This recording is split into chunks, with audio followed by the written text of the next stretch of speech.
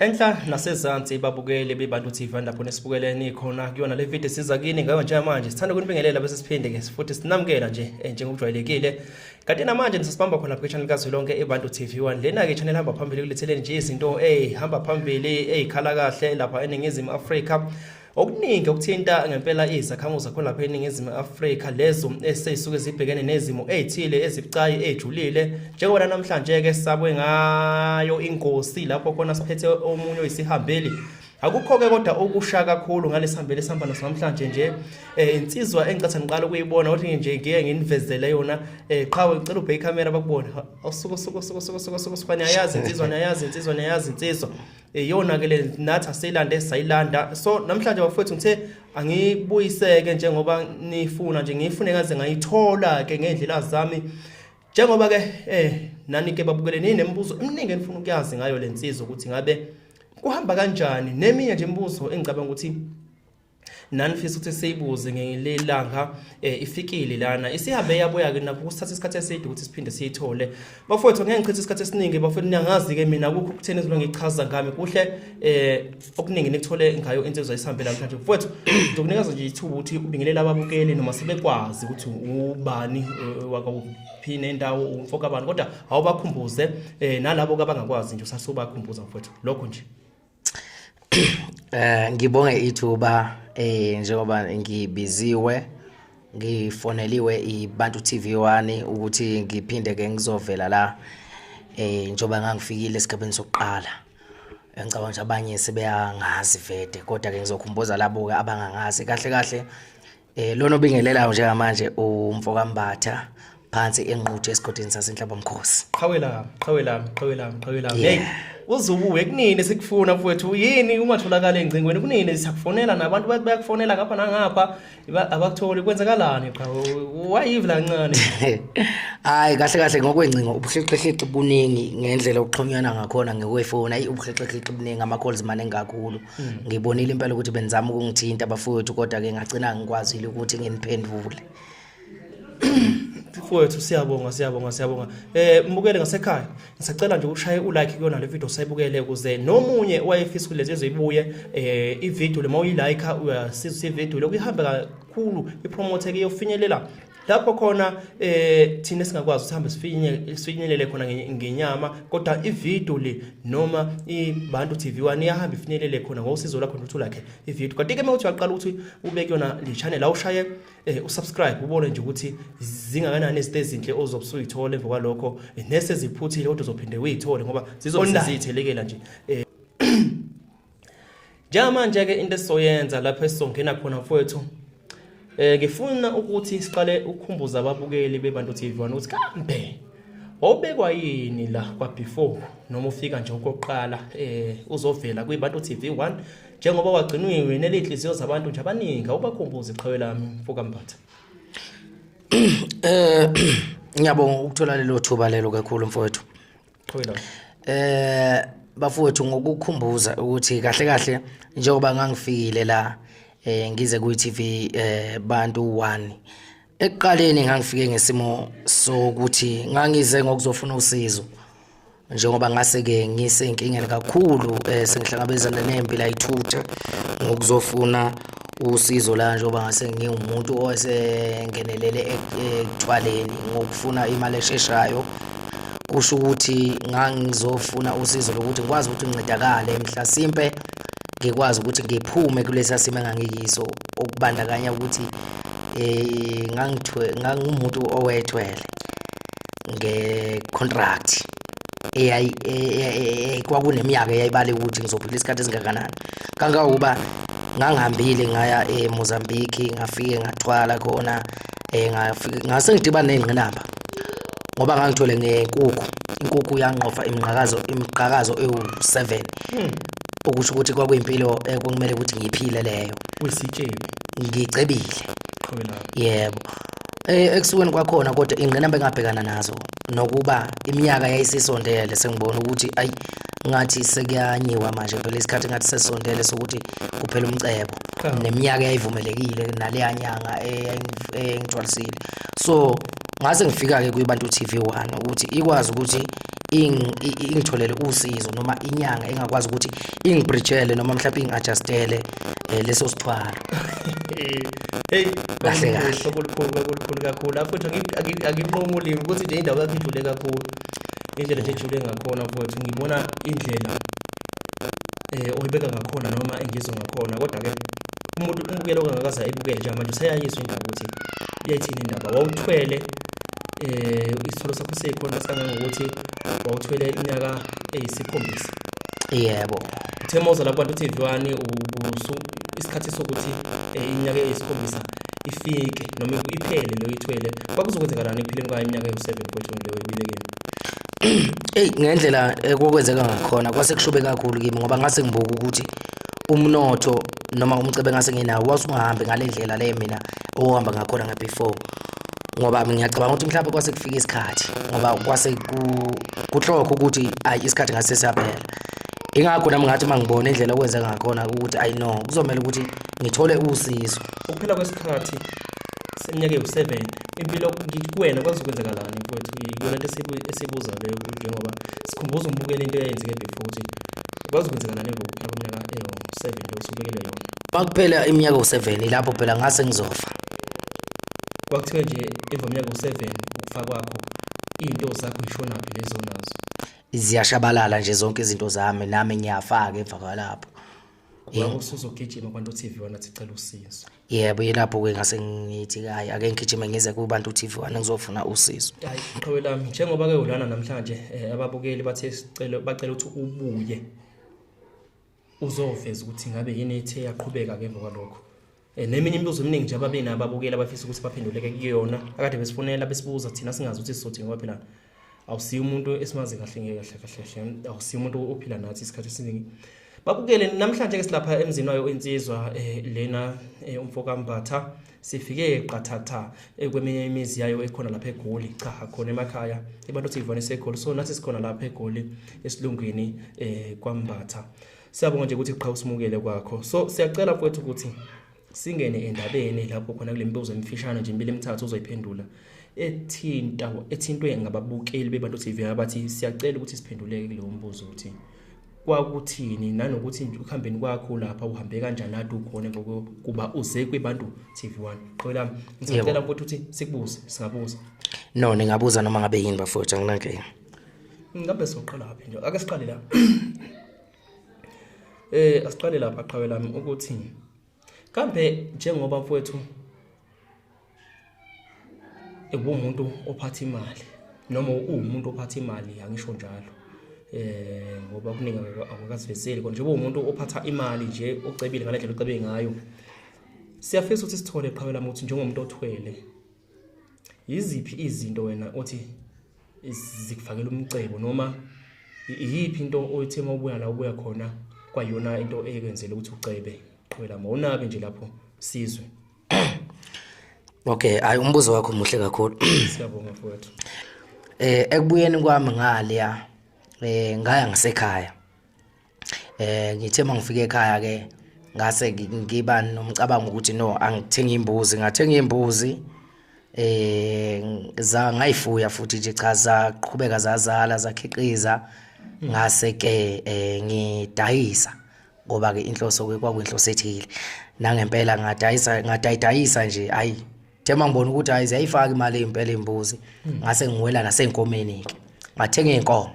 Zakuvuma imbuzi qha. Sangivuma impela imbuzi ngendlela ezayizakala ngayo. Khumbula phela into enesithwalo phakathi iyasebenza. Zazala ke impela imbuzi nami kwase kuyisimanga kimi ukuthi hawu kwase kuba kanje ngendlela kwangeyona kwaseqaleni. Zazala imbuzi ngadayisa, tema ngidayisa ke ngase ngithenga inkomo. Ngathenga inkomo ngathenga nje impela nje mangicabanga ngikhumbula kahle ngathenga izithole ezu4. Ngathenga izithole ezu4 eplazini nakhona futhi zafike futhi zenza the same thing. Zazala nje kwavela wathi phihli. Kwanje phihli egcekeni. Zazala inkomo futhi ke inkomo zaseplazini ke ngathenga ezohlobo impela ngoba zayibuye ziyakhipha nobisi ngangibuye ngisenge. Nazo mayizala kanjalo futhi ke ngagcina ke ngumuntu obona ukuthi hayi amandla sekhona adlondlobala ngoba nazi inkomo zaseyizala impela. Manje qhawela uma uthengisa inkomo ungaxoxa futhi ungene emlonyeni. Yebo. Uthengisa phi sibayeni sakini noma wena usumuntu weplaza kuhamba kanjani noma ufuyile ekhaya noma nawe uyingena njengebhizinisi lento yemfuyo noma wenze kanjani qhawela? Oh no, ngangenale plaza. Kodwa ngendlela engangifuye ngayo mina ngase ngibona ukuthi inkomo ziyanda ekhaya. Zase zanda sizibaningi kodwa ngangathinti kulezi zasekhaya vete. Mfowethu. Ngoba ezasekhaya phela ekamkhulu. Mina ngangi-edile sibayeni. Ayi zase izala impela ngoba ngangithenga nephele nje yonke nelokhuta notswayile inkomo kodwa ngangenzele ezami kuphela. Ngangithi nje mangenza ngenzele zonke. Okay. Right, ekutheni manje inkomo mayikhiqiza nazo izala ngibona ukuthi ayonke into isiyazenzakalela. Imali iyangena nayo ngala. Imali iyangena nakhona. Mfowethu. Ngase ke ngibona ukuthi ke no angiqhubeke phela ngingami. Kuze kwazi ukuthi kudliwe ekhaya. Ngaqala ngazama ukudayisa enkomeni. Mangidayisa inkomo ngaqala nga2, ngidayisa nga2 ngoba zathi mayizala ngidayise lezi ezindala eseyizalile. Qhawela. So mangidayisa nga2 zikhiphe lo madlana ezazikhipha. Ngiphinde ngidayise 2 ngiyibeke imali ebank. Ngiphinde ngidayise futhi ngiphinde ngiyibeke. Ngathi ke mangibona ukuthi hayi nakhe ngathi ke sekungathi hayi umnotho ngathi usuthe ukukhula. Umnotho uyaficana manje umbondelana. Ziyahlabana manje ebank inkabi. Yebo. Ngathi kuyanda. Hayi ilapho ke ngabe sengicabanga khona ukuthi hayi ake ngithi futhi ukuthi xaxa. Ngoba ngangihamba by step. Wakhuphuka futhi qha. Ilapho ngabe sengikhuphuka khona ke futhi ke ngase ngixhumana nomunye umfo wakaMpungose. Engangilungu nje ngifonela naye ngokubungane kodwa kanti yena uona amatekisi. Usematekisini. Ayi ngase ngithi umfowampungosi kahle njengoba sengisesigabeni esikanje njengoba nje nami ngina imfuyo ngiyadayisa futhi isibhizinisi kimi. Ngifisa kodwa ukuthi ngiqhubeke futhi ngiye phambili ngenze into engangifakela imali futhi ehlukile ngoba phela inkomo ukhumbula kufika isimo sesomiso ubusika kubuye ngathi ziyafa kubuye ngathi iswele utshani uzokushayeka wena. Ngiyalimala kakhulu enkomeni lapho emfuyweni. Cha uyayazi ibhizinisi. Ngiyalimala kakhulu emfuyweni makufika ubusika kungcono ehlobo ngoba utshani busuke bukhona lisuke linizulu. Kunjalo nje. Ngcono kube khona enye into engizokwazi ukuthi ngiphushe ngayo ngoba isithwalo asifane nokuthi isithwalo umentweni eyodwa sifuna ukuthi nawe usebenze. Qhawela. Ayi wathi mfowampungoze no ngoba mina ngi-owner amatekisi mfowethu kunganjani mangathiwa mhlambe uthenga nje mhlambe noma itekisi eyodwa mina ngizokufaka ekhwapheni ungene emzileni wami. Mfowethu. Ngoba mina nginawo umzila njengoba ngumbatha. Ufika vele endimeni. Kumele ukuthi mangiqala ngikhuluma naye mayengifaka kodwa kube ukuthi ngingena ngaphansi kwakhe umzila uyadura. Oh hayi kulungile qha. Uyadura umzila.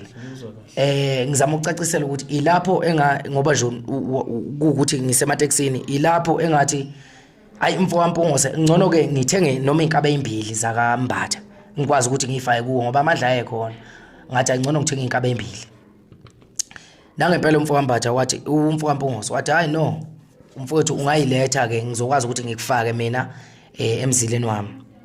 Ngathi mangidayisa inkomo ngalongidayisa ngibeke ebhenke ngilongidayisa ngibeke ebhenke nangempela ngagcina ngiba nawo amandla ukuthi ngithenga amatekisi amabili kodwa kokuyistolment angiwakhipha cash. Hayi kuyazwakala qhwela ungabi nehawo mhlawumbe phela kube kathi umuntu angathi ngawasha cash umuntu ewakho hayi angingene emlonyeni ngiqhubeke ukuxoxa. Ngithemba ukuthi mhlawumbe umbukelo obuka mhlawumbe uyawazi angisho ukuthi ngithini.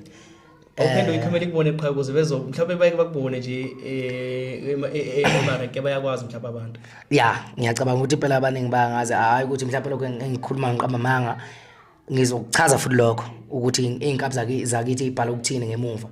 Baningi abantu engisebenzisana nabo.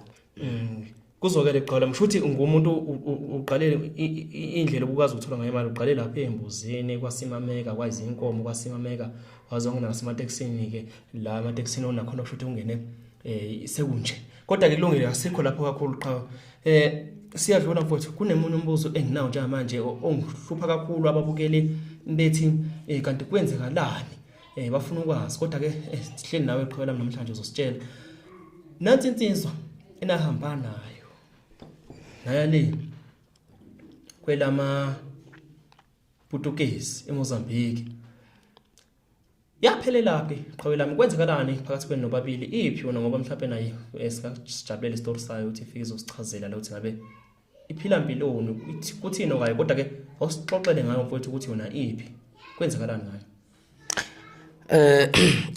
Okay, umfowethu kahle kahle emva kuba sibuyile ngale Mozambique. Sabuya sasebenza futhi la esasivele sisebenza khona le econtrakini emafemini. Sasebenza kodwa ke asiqedanga nane 2 months sisebenza. Kodwa ke icommunication yami naye since kwali sisebenza kwaba ukuthi naye usafuna ukuthi ahambe ngale emakhaya akwazi ukuthi eyokwenza zonke izinto zakhe emva kokuba sibuya siyothatha isithwalo ngoba angeka wathi uxoxa kwami naye angeka akwazi ukuthi enze yonke into la eGoli ngoba uyazi nawe abantu baseGoli kakhulukazi ke emalokishini abantu esabafica nje benamazinyo 22 sabafica bephila angeka akwazi ukuthi enze yonke into phambi kwabo ngoba uyazi nawe ukuthi mawuqala ngathi uqala impilo entsha abantu abakuvumeli futhi abantu banomona abantu banomhawu ngokuthi sasingazi ukuthi lento izosebenza ifike phi wathi usacela ukuthi ajike ngale emakhaya ayokwenza kahle into zakhe. Yebo nami ke ngoba uyena umuntu kahle kahle wephethe zonke izinto izintambo zayilele kuye nami ke ngathi mfowethu ngoba sisabambile kodwa usajike ekhaya nami ngingana ukuthi ngijike ekhaya nami ngiyokwenza kahle into zami ekhaya ngoba eGoli angeke uzenze into zakho kahle. Ilapho ke savumelana khona ukuthi hayi mfowethu akunankinga ke hayi siyoxhumana ngamafoni. Saqhubeka nje sasebenza. Yasiqeda ngoba ngisho ukuthi asiqedanga 3 months wahamba waya emakhaya nami ngase ngihamba ngiye emakhaya. Ekhaya enquthu. Emveni lapho futhi sasilosixhumana kungakenze kulutho. Mfowethu. Sasilosixhumana nje kumnandi efonini. Kwathi makhamba isikhathi ke ayi ngokuthi ke kwase ilanga belaselikhanya ke kimi ke angingazi kuye. Kodwa ilanga kimi laselikhanya ukuthi ngathi sekukhona umehluko khona okulungayo. Hayi kodwa makhamba isikhathi ke angazi ke ngeke ngisho idate nosuku ukuthi ukuhlukana noma ugcina ukukhuluma naye kwaba yinini kodwa ngokwesimo samafoni nokushintsha ama-sim card impilo isiyashintsha kusho ukuthi nje ezinye izinto nazo zoshintsha mhlambe ngagcina sengingacommunicate naye sagcina futhi nje singasaxoxa.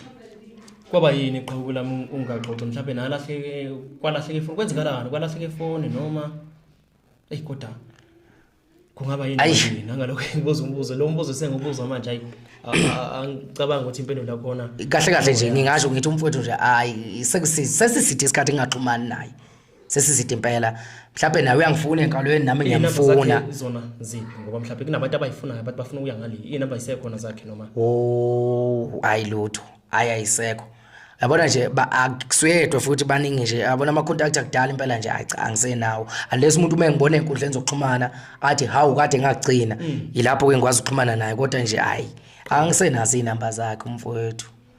Siyabonga qhola mthu siphendule umbuzo sizoqhubeka mfowethu sibuze sesizoyivala kodwa lembuzo yababukeli ngathi beyimbili bimithathu esibuza manje ukuthi kunabantu abafuna ukufika qathatha ngale nabo beyolandela yabo iminyaka abazoyiphila bezikunyela so umuntu ofuna ukuya ngale qhawe lami uhamba kanjani ama directions ngoba abantu bayafuna ama directions ukuya ngale kufikeka kanjani ngale uphinde ubuye askisi abantu bafuna ama direction alaphana awusize qhawe lami nathi siyibantu TV1 sifuna ukufika qathatha khona. Ngiyaxolisa kakhulu kulo mbuzo loyo yazi uyabona mfowethu mawuzohamba uhamba ungalazi mfowethu hayi ngoba ngiqaba nama direction kodwa uyabona mfowethu ungizwe kahle nawe uyabona mawuzohamba uhamba ungalazi kunzima ukuthi ungakhumbula kodwa ke ake ngiqale nje la umuntu engangihamba naye owayazi indlela kahle uyumfowethu lo owumkhaya wale yanyanga yaseMozambique. Yebo mina okuningi ngangakunakile laphana endleleni ngesikhathi nje sihamba siyakhona okuningi ngangakunakile ngoba ngikhumbula nje kahle khona la esaduka khona kanye angisazi uyabona ngisakhumbula lesa stage ukuthi isiphi kodwa istage nje wathi istage esikhulu ke lezi kusho yena lo mfowethu engangisebenza naye wathi siteshi esikhulu ke lesi kodwa ngisakhumbula manje ukuthi wasibiza ngani konje igama kwazisi kungale ngithi sekungaleke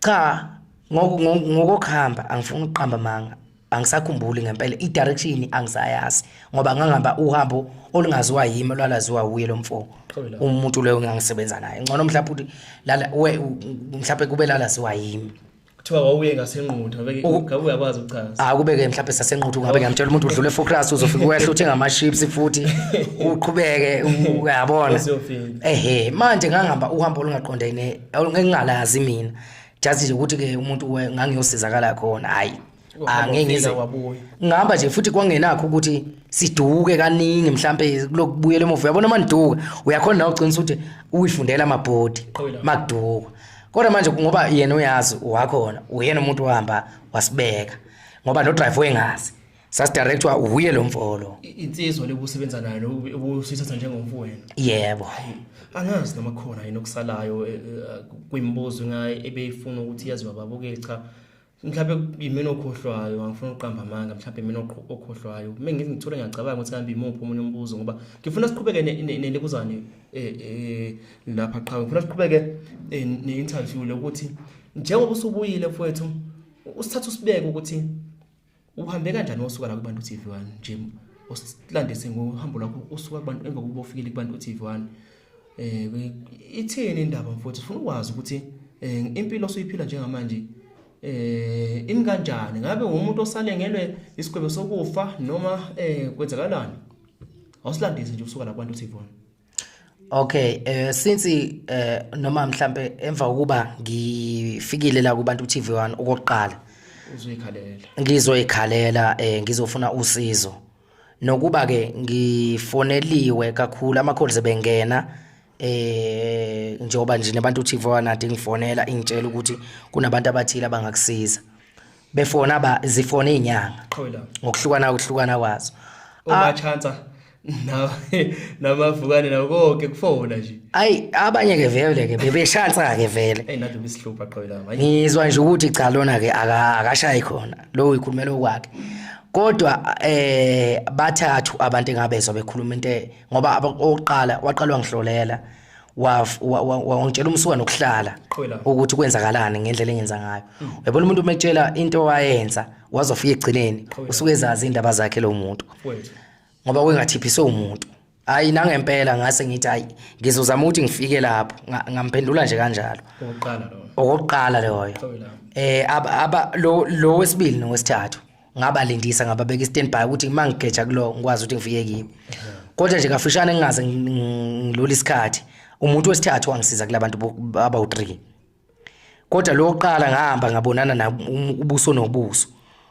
kodwa ke ayi yebo yena wangihlolela ungqo kodwa ayi kwathi mase kumele enza akenzanga lokho engangikulindele azange izinto azange ihlangane umuntu owangisiza ngizomeqa wesibili ngoba ngasizakala kulo wesithathu ngenze isikhathi sibe sifishane umuntu wangisiza umuntu wesithathu ngamthola wathi mefona wathi ungwaka mhlabe yalingana waseqala wasithi I know kuze ufike la kuzomela ukuthi udlule igaba ezimbili kulungile qhawela landisa egabeni embili wathi ucela ukuthi oqala ngihambe ngemfuleni ngifike emfuleni ngikhulume ngikhuleke kunezinto ezokwenzakala okay nangempela kwenzeka lo angani ungasivezile kodwa uma ukuthi phela cha ngingakuveza akunakinga angazi ngikuveze landisa qabe okay sesingaze sizwe into esingafuna ukuzazi okay ukumfula ngidlula wayesethi okwesibili angambe ngizame indawo esigangi ngoba ke ngokwendawo ngase ngivele sengisemakhaya ngithi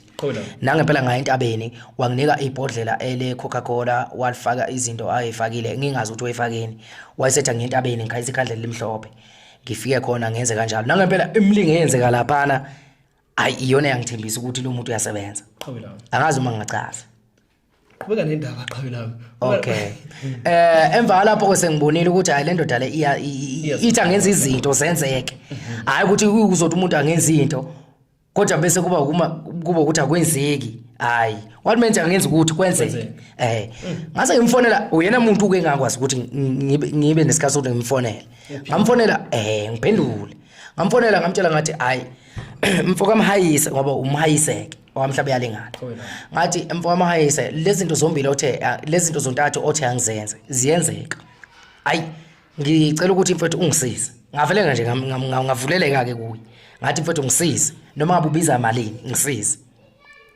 kahle before nje uthi uyasizakala ngifuna ukuthi ufuna usizo olwanike usizo olufuna lapha kuMahayise noma kulezi inyangeni nje wawufuna usizo lwana usafuna ukuqhubeka uthwale lamandla obunawo noma usofuna ukuthi bakumbule noma kwakwenzakalani qhawela hayi mfowethu mina ngase ngilindele noma yini kuye akazokusho ngendlela yokuthi mina ngase ngimvezelile ukuthi ngifunani kodwa hayi kimi kwasekulele ukuthi hayi noma ngabreacha icontract noma iterminate qhawela okuzokwenzeka akazokhona ukuthi akwenze wena mawuzophila nje mina nje as long ngizophila and ke kakhulukazi ngixolisa ukufaka and mhlawumbe kakhulukazi makuzothiwa umcibo wamawushabalali nansi into engangigaranta ngayo qhubeka qhawe kusofika lapho ngicela ungangeni kakhulu lapho ngoba sisazobuza ukuthi kwenzakalani ke manje lapho okay right kusho ukuthi ke emva kokuthi ngenze lezi zinto lezi akayithi ake ngizenzeke umfowami Mahayise la ngempela ngamfonela ngathi umfowami Mahayise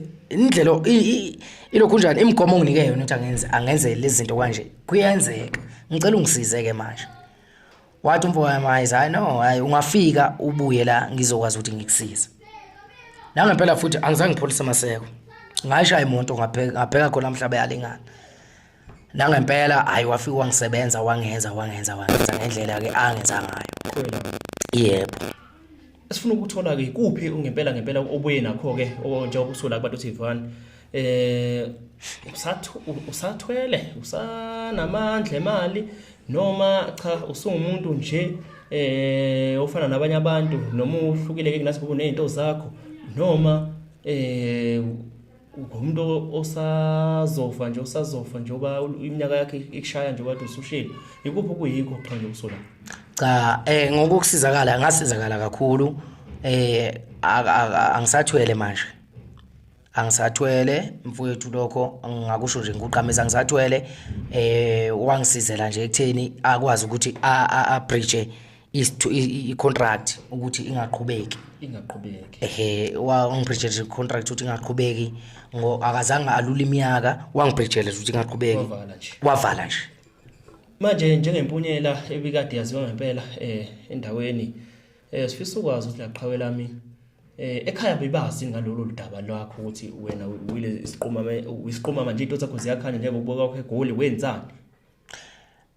ya ekhaya bebazi kodwa bebengazi ukuthi ngithwele bebazini kanti ekhaya nje bebazi ukuthi ayi njengokuthi imali bengiphatha kakhulu nezinto zizenzakalela kodwa bebengazi ukuthi ngithwele amandla ukuthi into zakho igcine ekhaya nje bathi kwenzekale kanjani qhawela ukuthi yini ngeke bangabuzi ekhaya bebazi ukuthi nje idlozi kuphela yebo bebazi nje umsamo bebathi umsamo wakho muhle nabo bebazi ukuthi umsamo uyakhanya bebazi ukuthi umsamo uyakhanya bebengazi yonke lento lena ukuthi kwenzakalani noma bekhona basolayo kodwa ke bengasinto ade ngaze ngiveze ekhale ukuthi kwenzakalani wena wafika washisa impepho nje wacela into zakho ukuthi ihambe kahle ngoba ke kubalekile vele ukuthi uma wenza into kanje uxhumane namadlozi awasali qhawela ngizwa kahle kodwa ke ake siqhubeke nendaba sisekhona lapho nje ekutheni ekucebeni kwakho bebethiyula bethini ekhaya ngalokho kodwa la sikhona sila kwenzakalani manje ngomcebo wasemambatheni enquthu kwenzakalani njengawo njengamanje njengoba usubuya khona ngabe ukhokhovula lwakusiza uzangaza uthi kuzophela ngawo noma usekhona kwenzakalani xa usinabise lapho cha ngokomcebo ngicacisele kahle akusezukusebenza isithwalo lese ngangisithathele ngoba ngisho ukuthi basibreacha kahle manje sekusebenza amandla ami kodwa enginakho akushabalali ngiyaqhubeka nakho futhi kuseyikho usawumuntu wemfuyo nje imfuyo isekhona kusasebenzeka nje yebo kusasebenzeka imfuyo nje izohlala ikhona imfuyo yami namatekisi futhi azobe khona kodwa akusezukuba njengaseqaleni ukuthi imali vele ingenele izinto izenzakalele njoba nje isithwalo nawe uyasazi isithwalo mhlawumbe noma ungasazi kodwa isithwalo senza izinto zibe siyablaza so sinehaba qhawela isithwalo sinehaba asingene lapha qhawela kithi asingene lapha manje ukuthi njengoba ke ususho nje ukuthi ungumuntu vele ungasanawo amabhande ngikuyeke nje lo mtsizwa leli esilibonayo ngani manje yabonakala yilothi okay ngikho lapho ngoba ngazi ukuthi amabhanda asho ukuthini la kunabhanda ngifuna ukubuza ukuthi njengoba ke sekuvelile ukuthi wena awusathwele la amandla emali yokuzenzela noma ukuthwala iyiphi indlela nje manje qha usuzophila ngayo ke manje njengomuntu osewumuntu nje kuhambani mfowethu mina indlela esengizophila ngayo yikho ukuthi ngisengimukela isento elingenayo kakhulukazi njengoba nje ilwane zakithi lezi amatekisi zikufakayo sengimukela lokho nemfuyo futhi njengoba nje iqhubeka yanda ngendlela yanda ngayo ingakaphazamiseki ngizomukela lokho futhi wena emabhizinisini ngingathi noma kukhona umkhixexixe kakhulu emabhizinisini kahle kahle kukhona abafuthi engisebenzisana nabo ngokusebenza amabhizinisi kodwa kunobukhixexixe kakhulu kunabafuthi engisebenzisana nabo ke lapha emabhizinisini khona akufani kuyangena ongamasente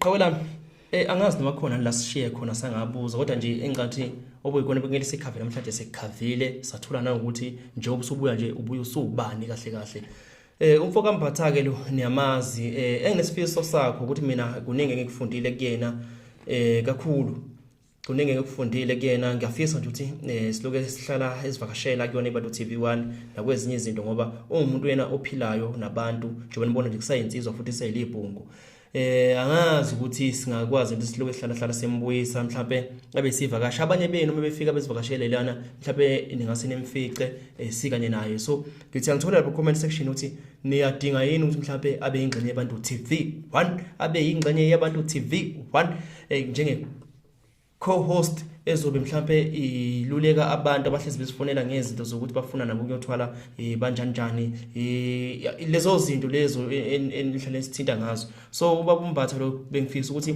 abe ngomunye wabantu abazoniluleka ngoba niyadinga ukwelulekwa before nithathe izinqumo ejule njengana lezi ezathathwa ubaba uMbatha wagcina ezisola naye ngazo so bafowethu ake ngithi nje sizohlala comment section kulokho masene ngiphendula Mbatha mfowethu ngicela uvale kubabukeli ekugcina phendwe icelele na ukuthi bayangakujabulela nokuthi baphinde binawe njengengxenye yeBantu TV1 usuwumunye weBantu TV1 ngiyadlulisa ukubonga kakhulu kuBantu TV1 ngiphinde ngibonge kakhulu ke okudlula yonke into kubabukeli njengoba nami bengibuka ukuthi njengoba dengena ama calls abantu eSouth Africa bathi ngesigisi injury 1 injury to all abantu isingisi abantu basizana abantu basupportana abantu abafuni umuntu wase South Africa ama calls angenile amaningi abantu befuna ungisiza namanje sangena ngiyabonga kakhulu ngidlulisa nje ukubonga kakhulu bafowethu ngiswele amandla okubonga ukuthi ngiyabonga kakhulu indlela ade ningisiza ngayo njoba iBantu TV1 iphinde yangifonela yathi angibuye la ngizochaza ukuthi ikhambe kanjani ingoba kungenxa yemthamo yencingo ade ngena bembuza umfowethu ukuthi usesizakeleni nami bengibuza ku WhatsApp nangama calls bafowethu ngiyabonga kakhulu njoba umfowethu mhlawumbe ebuza ukuthi mhlawumbe kukhona nokunye okungangidingela khona la uzozwa ngani kuBantu TV1 ukuthi kukhona ngokama comment ukuthi kukhona nokunye enikudingayo ngami njoba ngumfowethu Mbatha anginankinga mina manifaka nje ilokuthi necela kuye umfowethu mina ngizobuya futhi ngizokhuluma akunankinga nje ngiyatholakala impela kakhulu besikhona ke lapha emzini kaMbatha ngabe sanjangisa inkinga ke cha asikwazi ukungena emakamele wensizwa lensizwa phela ngikhumbula ukuthi bekuyinsizwa vele imfihlo nathi asikwazi ukungena emakamele nayo ikamele indawo ekube nemfihlo kahle kwamele kubizwe ngokuthi i-private room not i-bedroom kodwa ke kulungile asikho lapho sophinde sikhulume lokho ngelinye ilanga okwanamhlanje nje ake ngithi nje sibongile ukuthi sibukele sithi sifike khona lapha siyathemba ukuthi ulike ile video wayisubscribe wayishare futhi ngoba kubalekile ukuthi ushare ivideo siyabonga ke kunene nonke nisinibukele nasizofika khona la sihlangane manje ama video alandelayo